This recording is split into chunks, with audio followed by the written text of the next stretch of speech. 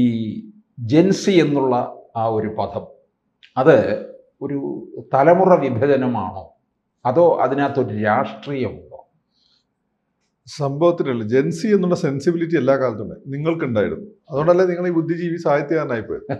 അത് നിങ്ങളുടെ കാലഘട്ടത്തിലെ സെൻസിബിലിറ്റി വിക്ടർ യൂഗോനെ വായിക്കുക, ഷേക്സ്പിയറിനെ വായിക്കുക, അല്ലെങ്കിൽ കുറച്ച് സാൽവദോർ ദാലിയെ വായിക്കുക, സാൽവദോർ അലൻഡനെ വായിക്കുക. തലമുടി നീട്ടി ആ കാലത്തെ സെൻസിബിലിറ്റി നിങ്ങളെ കൂട്ടത്തിൽ രക്ഷപ്പെട്ടു പോയതാണ്. നിങ്ങൾ ശരിക്കും കഞ്ചാവൊക്കെ അടിച്ച് അല്ല അസുഖം വന്ന് 45 വയസ്സ് മരിക്കേണ്ട ഒരാളായിരുന്നു. നിങ്ങൾക്ക് ബുദ്ധി ഉള്ളതുകൊണ്ട് MG കോളേജ് പഠിച്ചുകൊണ്ടും നിങ്ങൾ സേഫായിട്ട് കളിച്ചു. മോഹൻലാലിനെ പോലെ. അതെ.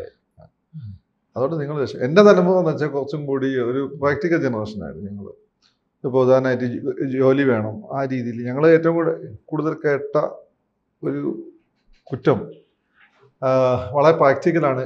പ്രേമിക്കുമ്പോൾ പോലും ജാതി മതം നോക്കുന്നു, പ്രേമത്തിനും അതൊക്കെ പാടുണ്ടോ എന്നൊക്കെ ചോദിക്കുന്നത് ഞങ്ങൾ കേട്ടിട്ടുണ്ട്. ഞാൻ ഉൾപ്പെടെയുള്ള ആളുകൾ കേട്ടിട്ടുണ്ട്. അപ്പം എന്നാൽ ഞങ്ങൾ കേട്ടുകൊണ്ടിരുന്നു. അത് നിങ്ങളുടെ തലമുറയാണ് പോകുന്നത്.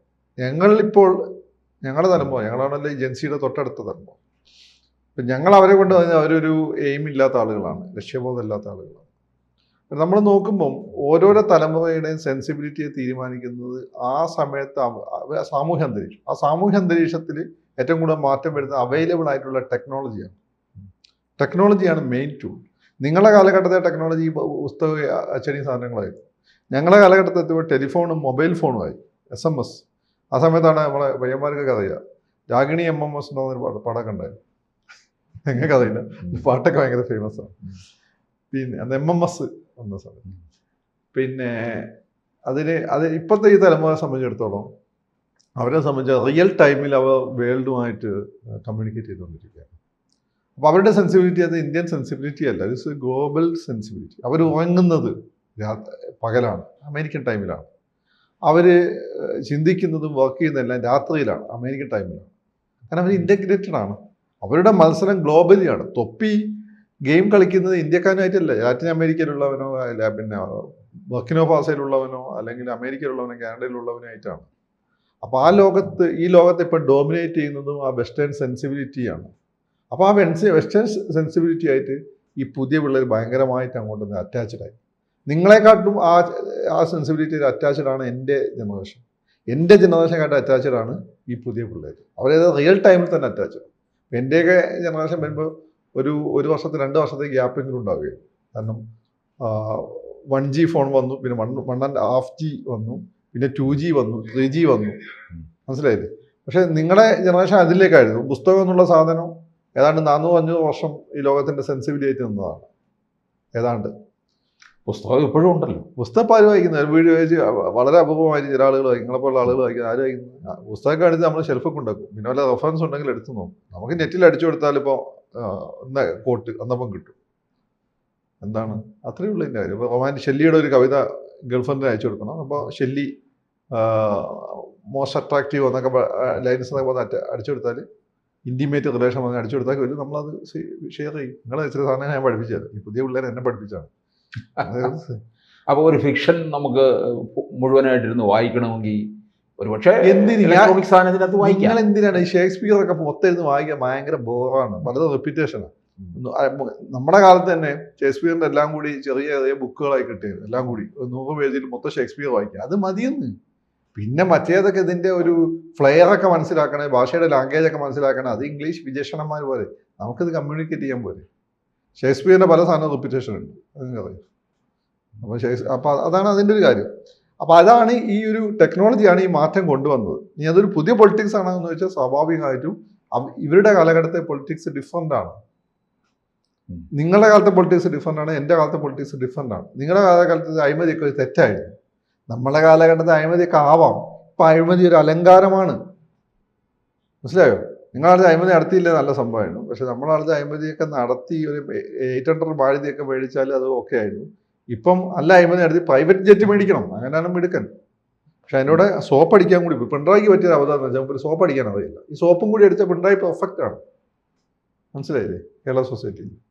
അപ്പോൾ ഇതാണ് ഇതിൻ്റെ മാറ്റം. പൊളിറ്റിക്സ് സ്വാഭാവികമായിട്ടുണ്ടാവും. അവരുടെ പൊളിറ്റിക്സ് എന്ന് പറഞ്ഞാൽ പണ്ട് നമ്മളെ കാലത്തൊക്കെ പ്രസംഗം തുടങ്ങുമ്പോൾ വലിയ ഗാന്ധി അത് പറഞ്ഞു, നെഹ്റു ഇത് പറഞ്ഞു എന്നത്, വലിയ കമ്മ്യൂണിസ്റ്റുകാരാണെങ്കിൽ മാർക്സ് ഇത് പറഞ്ഞു, ലെനിൻ അത് പറഞ്ഞു. എന്നോട് പണ്ട് നെക്സ്ലേറ്റ് അജിത ചേച്ചി അവർ ഇതൊക്കെ വിട്ടതിന് ശേഷം അവരുടെ മോൾ എൻ്റെ ക്ലാസ്മേറ്റ് ആയിരുന്നു, എൻ്റെ ബാച്ച്മേറ്റ് ആയിരുന്നു. ഗാർഗി വലിയ ബുദ്ധിജീവിയാണ്. ബുദ്ധിജീവിയായിട്ട് ശേഷം ഞങ്ങൾ തമ്മിൽ ബന്ധമൊന്നുമില്ല. കാരണം നമുക്ക് എന്നെ ഇഷ്ടമുണ്ടാകാൻ സാധ്യമല്ല. എൻ്റെ പോലത്തെ നിലപാടുകൾ ഉപയോഗിച്ച് ഭയങ്കര ബുദ്ധിമുട്ടായിരിക്കും. ഞാനിപ്പോൾ വളരെ കൺസർവേറ്റീവാണ്. അപ്പോൾ ഞാനെന്തോ ഞാനിങ്ങനെ മാത്സ് ഇങ്ങനെയല്ലേ പറഞ്ഞപ്പോൾ അജിയേച്ചി എന്നോട് പറയും, മാത്സ് അങ്ങനെ പലതും പറഞ്ഞിട്ടുണ്ടാവും. അതാണ് ആ കാലത്തെ രീതി. അപ്പോൾ അജിത ചേച്ചിയൊക്കെ ഈ മാത്സിനെ ഭയങ്കര ഉൾക്കൊണ്ടിട്ട് ആക്ഷന് പോയിട്ടുള്ള ആളാണ്, അറിയാലോ അജിതയുടെ കാര്യം. അപ്പം ആ കാലഘട്ടത്തിൽ അത് വേണ്ടി ഞങ്ങളുടെ കാലഘട്ടത്തിൽ കുറച്ചും കൂടി സ്ട്രെയിറ്റ് ലാംഗ്വേജ് പറഞ്ഞു. ഈ പിള്ളേർക്ക് ഏറ്റവും സിമ്പിളായി പറഞ്ഞാൽ മതി, ഏറ്റവും നാടൻ ഭാഷയെ പറഞ്ഞു. ഇംഗ്ലീഷിലാണ് മലയാളത്തിൽ ഫക്ക് എന്നുള്ളൊരു വാക്ക് നിങ്ങളുടെ കാലത്ത് നിങ്ങൾ കേട്ടിട്ടില്ല. എൻ്റെ കാലത്ത് പോയ ആംഗ്ലോ ഇന്ത്യൻ പിള്ളേരൊക്കെ പറയുന്നത് ഞാൻ കേട്ടിട്ടുണ്ട്. ഇപ്പോഴത്തെ പിള്ളേർ നിരന്തരം ഉപയോഗിക്കുന്ന വാക്കാണ് ഫക്ക്. നമ്മളിത് കേൾക്കുമ്പോൾ നമ്മൾ ചെയ്യുന്ന വിചാരിക്കും. അവരെ സംബന്ധിച്ച് വളരെ യൂഷ്വൽ ടൈമാണ്. പല വീടുകളിലും അടി ഉണ്ടാകുന്ന ഈ ഒറ്റ വാക്കിൻ്റെ പുറത്താണ്. കാരണം അച്ഛനും അമ്മയ്ക്ക് ഇതിൻ്റെ അർത്ഥം അറിയാം. നിങ്ങളുടെ അച്ഛനും അമ്മയ്ക്ക് ഇതിൻ്റെ അർത്ഥം അറിയില്ല, നിങ്ങൾക്ക് ഈ സാധനം അറിയില്ല. അപ്പോൾ ആ രീതിയിൽ അത് മാറി. അപ്പോൾ അവരുടെ ഒരു പൊളിറ്റിക്സ് അവർ നോക്കുമ്പോൾ ഇപ്പോഴുള്ള രാഷ്ട്രീയക്കാർ എന്നൊക്കെ വെച്ചാൽ ചെറിയ കാര്യങ്ങൾ, ഇപ്പോൾ ഒരു രാഷ്ട്രീയത്തിൽ ഒരു പ്രശ്നം ഉണ്ടാകുന്നത് വെച്ച് ഒരുപാട് കാരണങ്ങൾക്ക് പുറത്തായിരിക്കും. അവരെ സംബന്ധിച്ചിടത്തോളം ഒരു ചെറിയ കാര്യം മതി, അവർ ആ ചെറിയ കാര്യം മാത്രമേ കാണുന്നുള്ളൂ. ടിപ്പ് ഓഫ് ദ ഐസ്ബർഗേ അവർ കാണുന്നുള്ളൂ, ഐസ്ബർഗ് കാണുന്നില്ല. ഇതിൻ്റെ പ്രശ്നം എന്ന് വെച്ചാൽ അവരുടെ സെൻസിബിലിറ്റിൻ്റെ പ്രശ്നമാണ്. നമ്മളൊരു കാര്യം പഠിക്കുമ്പോൾ നമ്മളിപ്പം മിനിമം ഷെല്ലിയുടെ ഒരു ബുക്ക് നമ്മൾ വായിക്കുമായിരുന്നു. ഷേക്സ്പിയർ, ഞാൻ ഈ പറഞ്ഞേക്കാണെങ്കിൽ ടെമ്പസ്റ്റൊക്കെ ഞാനിന്ന് വായിച്ചിട്ടുണ്ട്.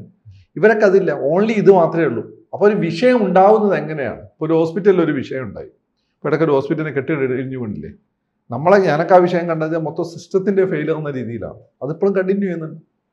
അപ്പോൾ അത് പരമാവധി അഡ്രസ്സ് ചെയ്യാനുള്ളൂ. അവർ കാണുന്നത് അത് വലിയ സംഭവമാണ്, അതിൻ്റെ പുറത്ത് ഗവൺമെൻറ് മാറും, മുഖ്യമന്ത്രി രാജിവെക്കണം, സുനാമി ഉണ്ടായി മുഖ്യമന്ത്രി രാജിവെക്കണം, ഈ രീതിയിലാണ് അവരുടെ കാര്യം. അതാണ് ഈ പറയുന്ന ജെൻസിയുടെ നേതൃത്വത്തിൽ നടന്ന പാർട്ടിയിൽ നമ്മൾ കണ്ടത്. അപ്പോൾ പാർട്ടിയുടെ കാര്യം എന്താണ്? ഈ ക്വസ്റ്റ്യൻ പേപ്പർ ചോർന്നുള്ളത് ശരിയാണ്, മെഡിക്കൽ എഞ്ചിനീയറിംഗ് എൻട്രൻസ്, അത് സിസ്റ്റത്തിൻ്റെ പ്രശ്നമാണ്. അതിന് മന്ത്രി എന്തിനാ രാജിവെക്കുന്നു? നമ്മളും പറയും മന്ത്രി രാജിവെക്കും, പക്ഷേ ഇവർ മന്ത്രി രാജിവെക്കുമെന്ന് വിചാരിച്ചു. പക്ഷേ പിള്ളേർക്ക് മനസ്സിലായി മോഡിയാണ്, കോൺഗ്രസ് അല്ല ഭരിക്കുന്നത്, ഇറങ്ങിക്കഴിഞ്ഞാൽ പണിയുണ്ടാവും, കേസാവും. അഗ്നിവീറിൽ ഇറങ്ങി അവർ നോക്കിയാണ്, അവർ ഓടിപ്പോയി. നിങ്ങളുടെ ജനറേഷൻ അങ്ങനെയല്ല. ഇങ്ങനെ വിഷയം വന്നാൽ നിങ്ങൾ ഈ ഗവൺമെൻറ്റിനെ മറച്ചിടും എങ്ങനെയെങ്കിലും. അതിനുള്ള ധൈര്യം ഉണ്ടായിരുന്നു. ഈ ഗഡ്സ് ഉള്ളിൽ നിന്ന് വരുന്നതായിരുന്നു. ഇവരുടെ ഗഡ്സ് എന്ന് വെച്ചാൽ ജസ്റ്റ് പെരിഫറലാണ്, ഉള്ളിൽ നിന്ന് വരുന്നതല്ല. ജീവിതാനുഭവങ്ങളുടെ ഒരു ശക്തി അവർക്കില്ല. അതാണ് ഇതിൻ്റെ ഒരു പ്രോബ്ലം.